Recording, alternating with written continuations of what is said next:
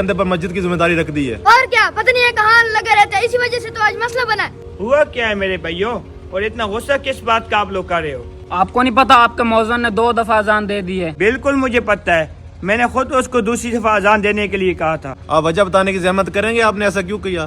آپ کو پتا آپ کے اس عمل نے ہمیں کتنا زیادہ پریشان کیا ہے، آپ بتائیں گے ذرا؟ آپ لوگوں کے لیے شرم دلانے کے لیے میں نے ایسے کیا.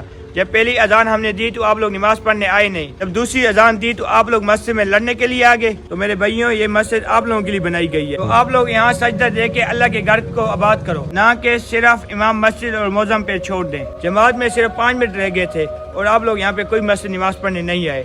تو جب ہم نے دوسری دفعہ مؤذن کو کہا اذان دیں تو آپ لوگ لڑنے کے لیے آ گئے ہو. نماز پڑھنے کے لیے آپ لوگوں کے پاس ٹائم نہیں ہے، اور مسجد میں آپ لڑنے کے لیے آپ لوگوں کے پاس ٹائم ہے. اور میرے بھائیوں مسجد اس لیے نہیں بنائی جاتی کہ آپ لوگ مسجد بناؤ اور اسے ویران کر لو.